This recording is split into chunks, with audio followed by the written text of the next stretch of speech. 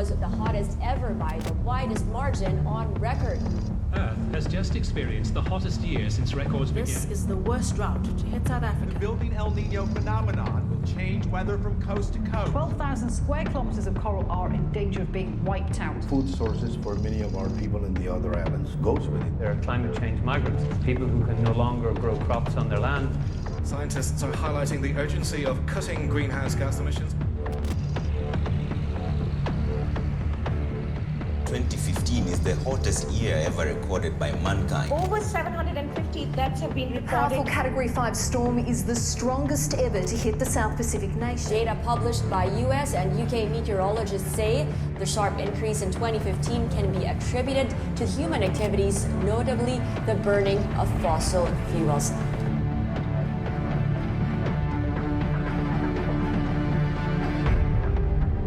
We begin this news hour in Paris, where world leaders have gathered for the UN climate conference known as COP21. It's now or never to reduce the world's dependence on fossil fuels. Over the next few days, we will decide the fate of this planet.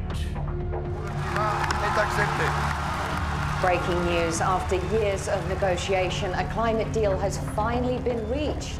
The real headline, the real news, is the voluntary aspect of this. Yeah, not legally binding. This is the same old thing. There's no enforcement mechanism. The original goal was to limit emissions so the planet would only warm by 2 degrees Celsius. Every scientist who has looked at the agreement say that's not going to happen. The planet will still warm by 3.5 degrees by the end of the century. And that's not nearly enough to stop the very worst impacts of climate change from impacting the planet. More needs to be done.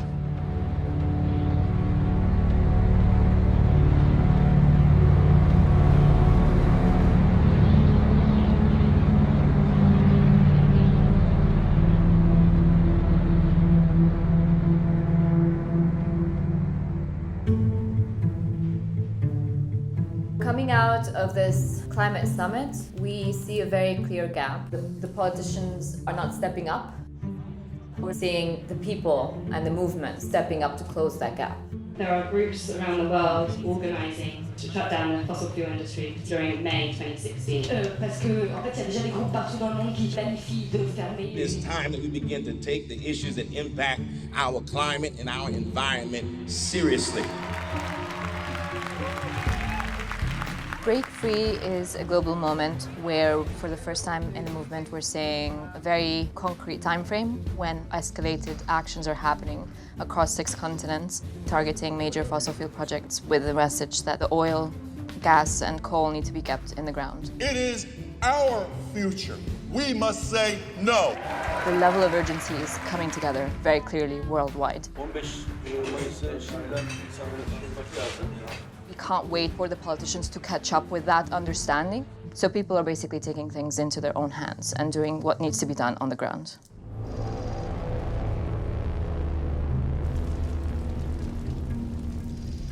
What is legal is not necessarily just.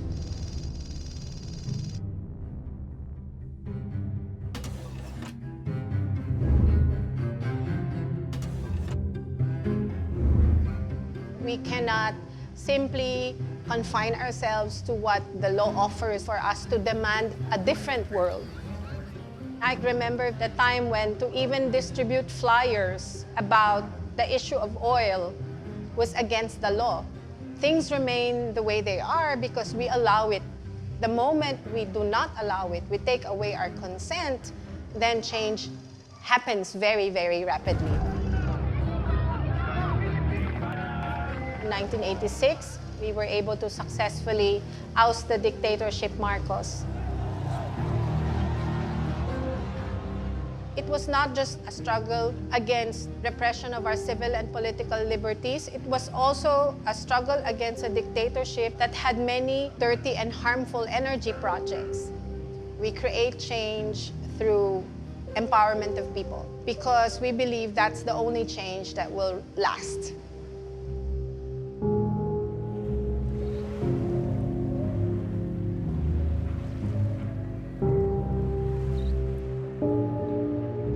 Makikita nyo siguro pagpunta nyo dito sa baybayin may pagbabago ba sa kalagayan at ng kabuhayan, ng tirahan ng mga mamamayan na siya daw unang makikinabang sa pagtatayo ng ganitong klase ng enerhiya dahil sa mga ibibigay nitong mga trabaho, kalsada, paaralan, wala ka namang makikita.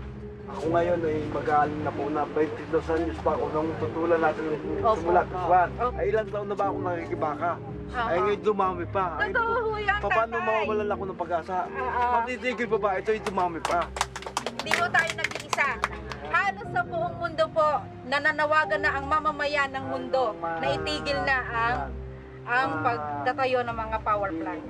At sa Mayo, tayo ho ay lalahok sa pangmundong aksyon laban sa coal. We allow our nature to be destroyed by selfishness. And the progress that has been achieved is only for the few. The church has to educate our people to oppose this false progress. Globalization cannot be avoided. What is globalized is materialism, consumerism, lack of care for others. What must be globalized is concern for one another. The whole world is our responsibility. Everything that we do, we are responsible before God to make our world better each day. Most changes in society come from ordinary people who band themselves together and embrace the same vision and really sacrifice for the accomplishment of their common purpose. We have to protect every individual and we have to protect our environment.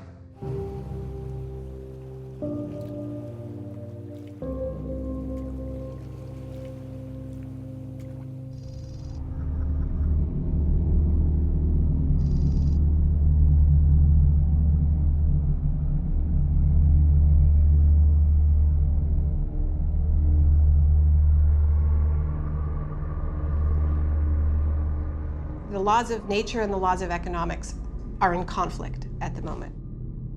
Either everything changes because the climate changes and it changes our physical world in ways that we can barely fathom, or we change our economy in fundamental ways. But the idea that there is some middle road where we continue on pretty much as is, that's actually not available to us.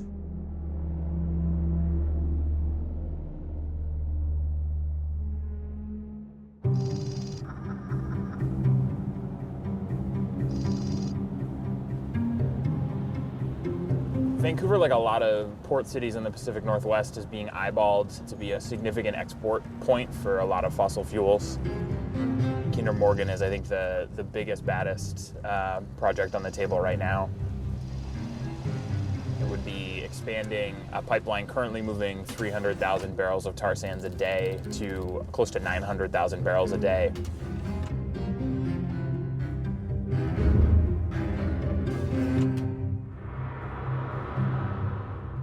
There's no way to clean up a tar sand spill in this kind of water.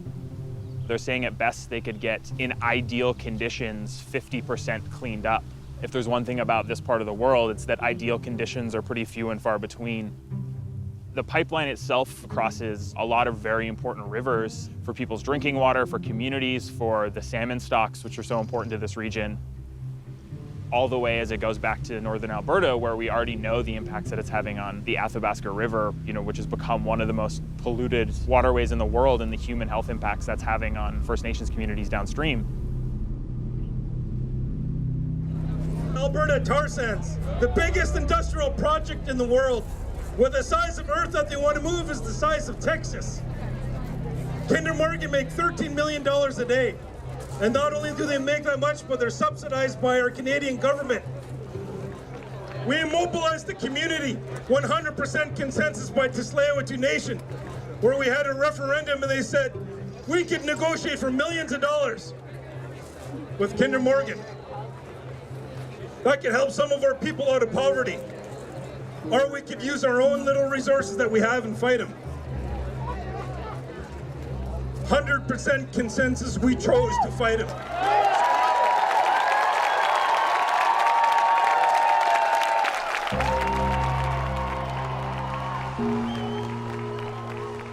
So right here is home. You know, we haven't left. This is where we've been for thousands of years. 85% of our diet came from the waters behind us. We've been measuring the quality of water here for about 20 years. It's getting progressively worse. We're devastated, and what we're trying to do is rehabilitate the damage that has caused. We're going to court soon, Canada, for not consulting us on the Kinder Morgan expansion. One of the ministers said, why don't the First Nations take the money? They need it. We don't need it more than our land. We'll do whatever it takes to make sure this doesn't happen in any way possible. We are going to launch a massive flotilla of boats from here and surround the terminal on the other side where tankers fill up, as well as have a group of folks on land march to the gates of the marine terminal so that we block it from both the land and the water.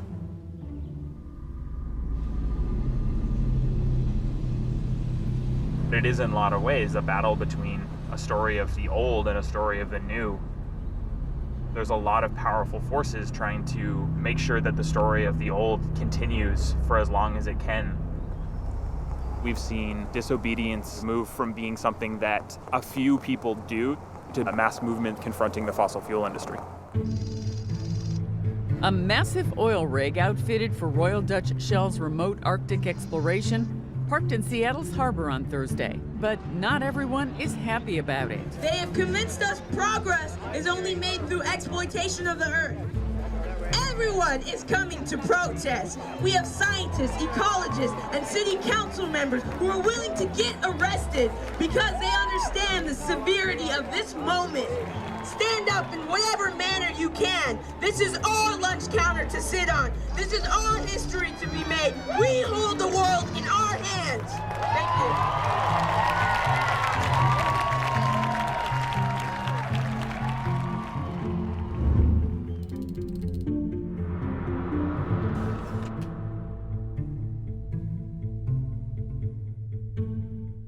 Civil disobedience is a powerful tool in social justice work. The law, it's not sacred, and to challenge it shakes our consciousness. If you can take that radical action in a way that genuinely speaks to everybody else, then you not only have their attention, you have their inspiration, and you build movements that way. Number one, preparation. Calibrate what you are asking for and how you ask for it so that you can win it. Then you've got to choose your strategy. You've got to choose a tactic, a target that can successfully grab public attention. Then you've got to make sure that your execution is flawless. The media will look for every opportunity to delegitimize you. If there is one misstep, one act of violence, it's over. I've never been in the White House, but the ability to chain myself to the outside of the White House turned out to be important and empowering, and anyone can do it. Most of us don't have huge sums of money. All of us have a body that we can put in the way. I want to say very clearly that civil disobedience is but one tool in the activist toolbox. It's not the first one that you should reach for, and if you use it all the time, like any other tool, it's going to get dull. That said, civil disobedience has a role to play. Nobody should have to go to jail about climate change. In a rational system, that would be the last thing that would happen. But because the way power is distributed in our world, sometimes we have to.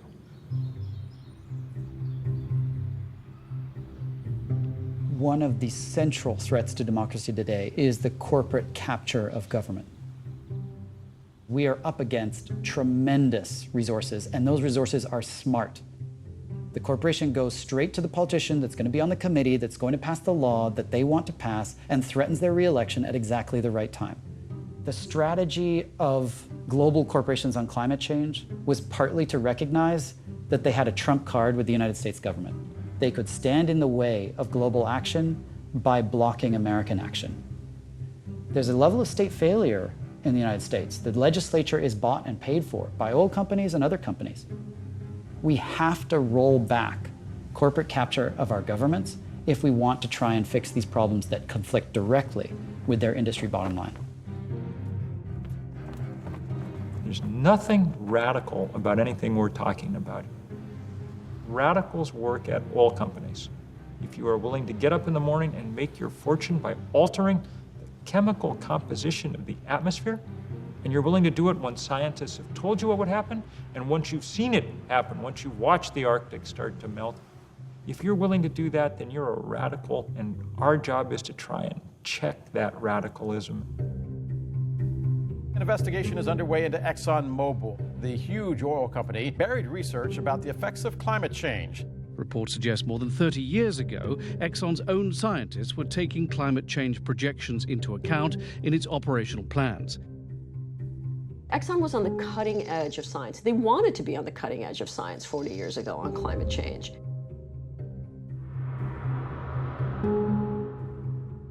They understood that farther down the road, if the science was accurate, there would be limits placed on emissions from fossil fuels. So their strategy at that time was that we want to have a say in what those limits look like.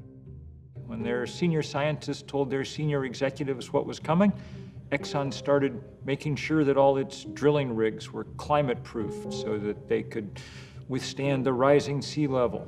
But they did not tell the rest of us. Just the opposite.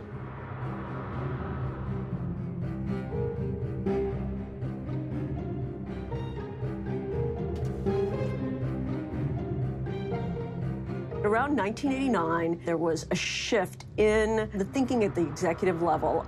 And that was when Exxon joined this group called the Global Climate Coalition, which sounds very green. But in fact, they were put together to fight any policy reaction to climate change.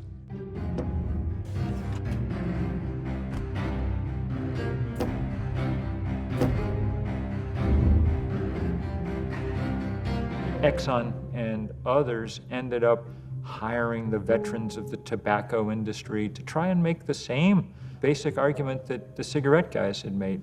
After 3 decades of investigation, no causal link between smoking and disease has been established. Scientific evidence remains inconclusive as to whether human activities affect the global climate. It was effective, and it cost us a generation's worth of time.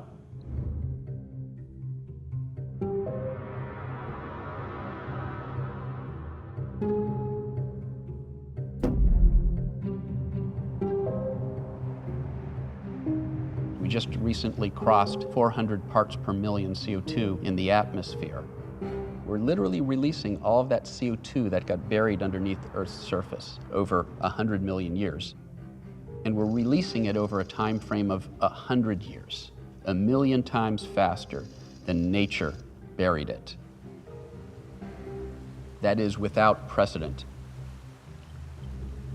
It's unclear that living things, including human beings, can adapt to changes that occur that quickly. In the Philippines, at least 6,000 farmers were blocking a highway to demand the government provide rice. The farmers are starving. Behind all this is a rise in global temperatures, causing the whole region to suffer the worst drought in more than 20 years. We've begun to see serious stress on the global food systems. We simply won't be able to grow enough food to feed 10 billion people in a warming world.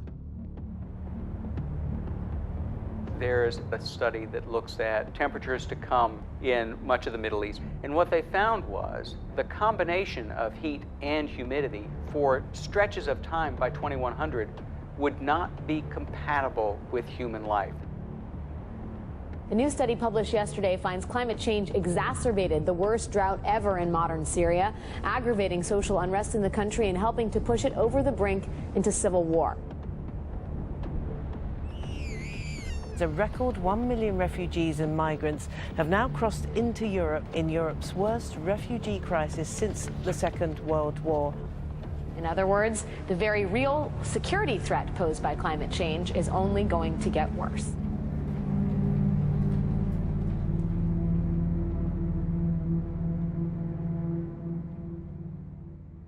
You've got to put your bodies upon the gears and upon the wheels, upon the levers, upon all the apparatus, and you've got to make it stop. And you've got to indicate to the people who run it, to the people who own it, that unless you're free, the machine will be prevented from working at all. Social movements are different from ordinary politics in that they are not simply about how to divide up the goods, but about what a good is. It enters a domain that goes beyond immediate self-interest into what's required of us as responsible human beings. The secret of civil disobedience is moral clarity. Gandhi said, "I am a human being first, and a citizen of my country second." He targets the fact that Indians aren't allowed to make their own salt, and has a massive salt march across India to the coast where he bends down and picks up sea salt. How could someone possibly prevent you from doing something like that? He's taken the weakest point of his opponent and targeted it to generate the most moral clarity. Different forms of civil disobedience shaped the basis of the abolition movement, the women's suffrage movement, the civil rights movement. It's time for us to say, if you don't do something about it, we will have no alternative but to engage in broader and more drastic forms of civil disobedience in order to bring the attention of the nation to this whole issue in Selma, Alabama. At the core of activism is one simple thing, and that's voice. So many people in the world, their voice is actually just not heard.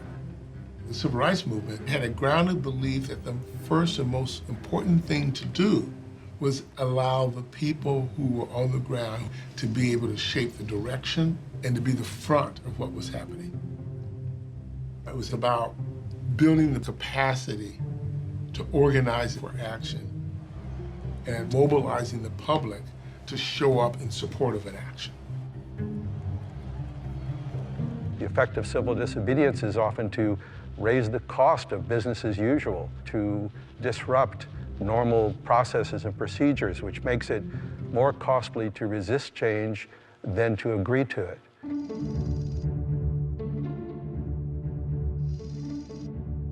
The African people are realizing that apartheid means nothing else but oppression and exploitation.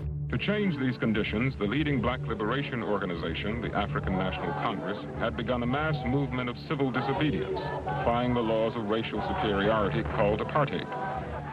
Civil disobedience brings a spotlight to the violence of oppressive states and industries.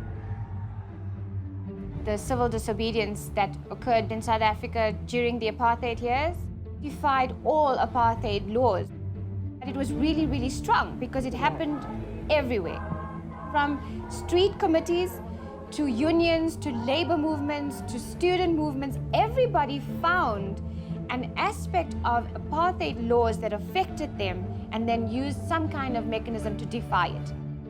It didn't change overnight, and it wasn't one day of civil disobedience.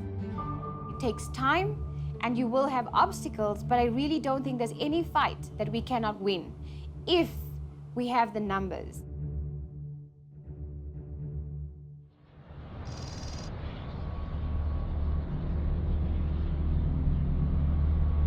Biz bu kirliliğe karşı burada Ali Ağa bölgesinde, yani sanayi bölgesi adı altında yapılan bu fütursuz sanayileşmeye karşı yıllardır bir mücadele içindeyiz.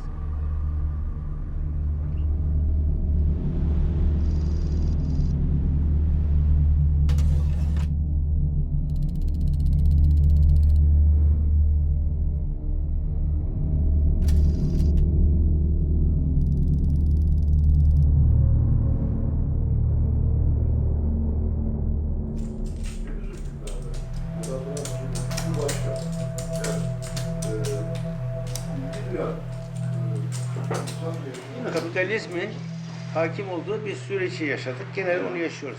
Şimdi özel şirketler etütleri yapıyorlar kendileri aralarında.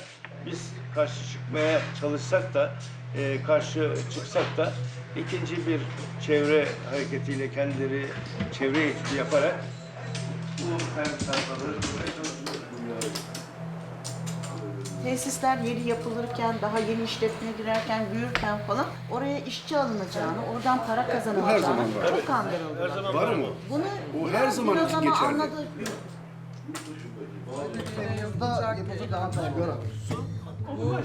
1989'un Mart'ında arkadaşlarımla birlikte belediye başkanı seçildikten sonra Ankara'dan bir çevre genel müdürlüğünden bir bayan telefon etti. Dedi ki tanışmıyoruz ama önemli olduğu için size Ali Ağa için bir kara haber vereceğim. Ali Ağa'da ithal kömüre dayalı 1000 megawatt gücünde bir termik santral kurulacak. Şili'den Kınağa kadar bütün belediye başkanlarını çağırdım. Türkiye'de vahşi kapitalizmin bir göstergesi olarak Ali Ağa'da başlayacak olan bir saldırı. Termik santral kurulmaz. Halkımız istemiyor çünkü. Termik santral alanına ağaçlarımızı, çocuklarımızla, evrim coşkunlarla, yavrularımızla dikeceğiz. Gücünüz yetiyorsa gelin söndürün. Kulakları çınlasın, İzmir Büyükşehir Belediye Başkanı'ydı o zaman. Yüksel Çakmu ve bizim 18 belediyemiz yine bir sevgi zinciriyle protesto ettik. Aşağı yukarı 60 kilometrelik bir alanda 50 bin kişinin katıldığı bir çevre hareketi. Bunu o gün yaptığımızda belki de Türkiye'de şimdiye kadar yapılmış olan çevre hareketlerinin içerisinde en çok ilgi gören eylem oldu. Bu sanayi, burada bizim verdiğimiz mücadele orada sadece bir termik santralı durdurabildik. Ama geniş bir alandaki sanayinin devam etmesini engelleyemedik.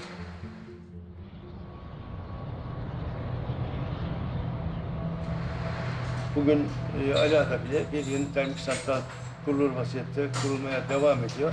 Kimse ses çıkarmıyor.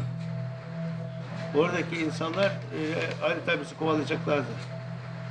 Yani bizim geçim kaynağımızı yok ediyorsunuz. Bunu açıkça söylüyorlar dediler. Benim burada kanser oluyorsunuz, ölüyorsunuz dedik. Ne olacak dedi ama işimiz yok dedi. Aç buyuruyoruz. Bu yani biraz insanları açlıkla terbiye etme gibi bir şey değil mi? Ya ben onları iki belediye otobüsüne bindirdim, yatağına götürdüm. Yatağında nasıl etkilendiklerini anlatan bir köye var. Hatta birinin burnu tavşan burnu gibiydi. Birisinin kulağı yarımdı falan. Onlar anlattılar. Yatağın termik santralinden kaynaklanan doğum, sakat doğum oldu. Dönüşte tüm horoz yediği şeydi, eylemdi. Bir eylem planımız var. Bu eylem planımıza da Türkiye'deki fosil yakıtı karşıtı bütün yaşam savunucuları, uluslararası fosil yakıt karşıtı yaşam savunucularını buraya davet ediyoruz. Hep birlikte el ele bu fosil yakıtlardan kaynaklı kötü gidişe bir son vermek istiyoruz. Biz bu 90 ruhunu tekrardan yaşatacağız.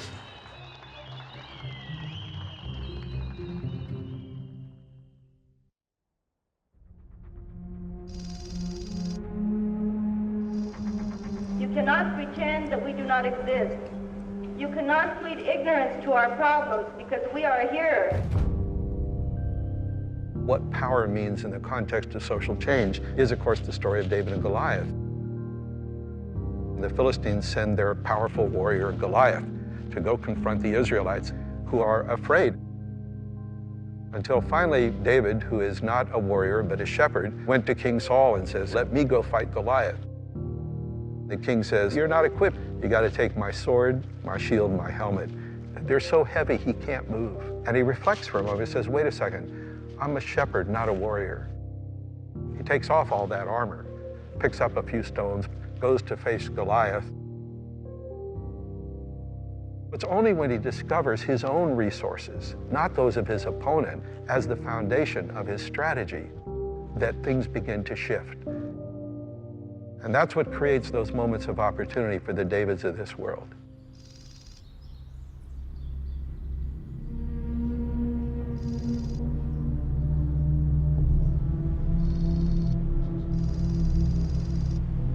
Lignite has a very low energy density. That means you have to dig up a lot of it to get not that much energy.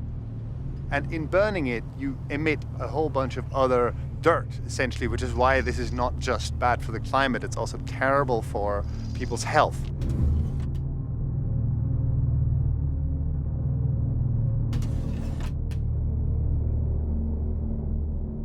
Germany produces and burns more lignite than any other country in the world in absolute terms, including India and China.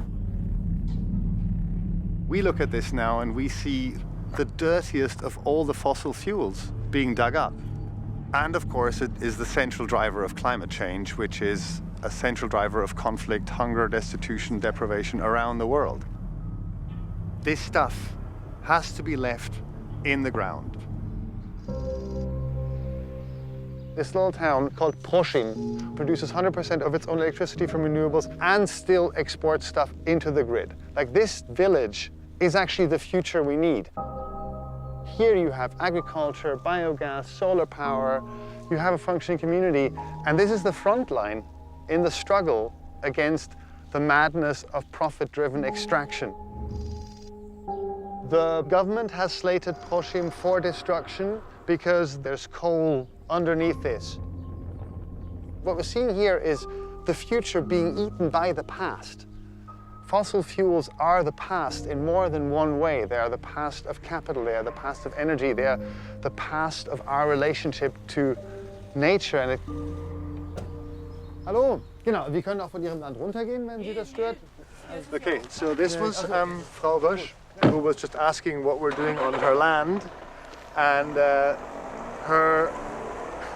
I started explaining, blah, blah, we're doing this film. She's like, are you against lignite? Yeah. It's like, okay, then you can walk wherever you want.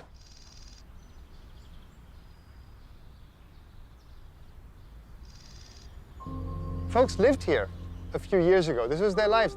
The government said, you can't be here because we're going to dig this up because there's coal underneath. They had grown up here. They were planning to maybe die here.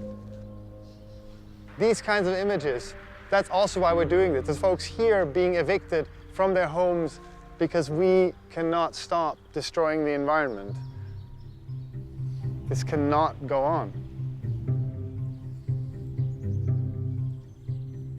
All the political work that you're doing when you're mobilizing for a big disobedient action will ultimately be for naught if the action isn't a success in tactical terms. I'm going to tell you the situation as it was last year. Here is the open cast mine Garzweiler. This whole area was our action target. Now, there are always two kinds of obstacles that you need to bear in mind. The first is geographic, or let's call them technical obstacles. Then, second challenge, police and corporate security. Let's call these human or political problems. Our goal is not to fight the police. Our goal is to get around them, because they're not our enemy. Our enemy is the lignite production inside the pit. So when the police start forming a line, with sheer determination, we are walking through the police lines, not hitting them, not engaging them violently, but just walking through. We ensure that all of the 4 action groups manage to get into the pit. I've been doing civil disobedience actions for 17, 18 years now. It's very hard to get a sense of empowerment, to actually really feel in every fiber in your body that you can make it. We can actually stop this. The moment when we were running towards these diggers, when we saw that they were all shut down, I remember this moment of like, we've done it. It was an unbelievable moment of personal and collective empowerment in a struggle that all too often seems brutally hopeless. In May, we're going to be more people, and hopefully they won't be able to stop us. Last year they couldn't, so let's see if we can do this again. We think we can. If you say you can't deal with climate change without a revolution in values, a revolution in the way we think, people will say, well, we don't have time for that kind of thing. The truth is what we don't have time for is continuing to try the same thing that hasn't worked for 2.5 decades. We continue to be inspired by ordinary people having the courage to stand up against corporate interests, even against government policies that will bring harm to their communities. Hope is belief in the plausibility of the possible as opposed to the necessity of the probable.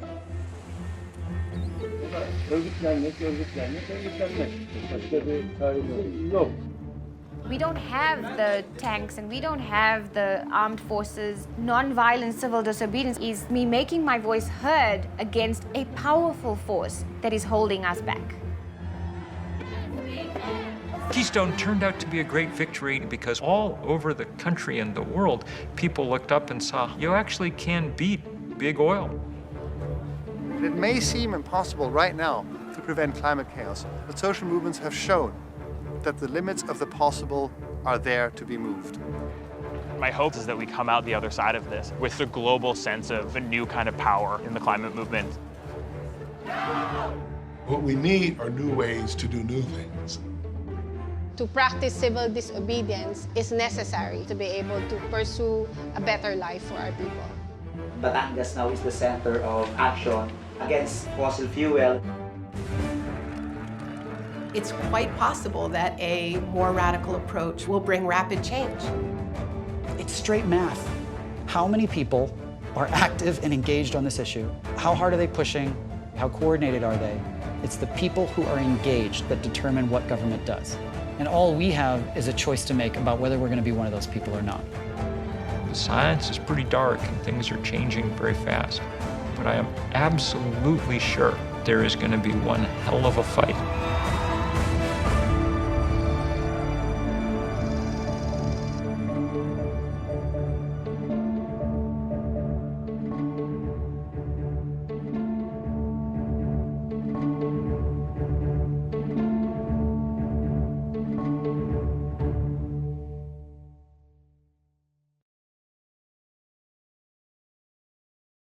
Thank you.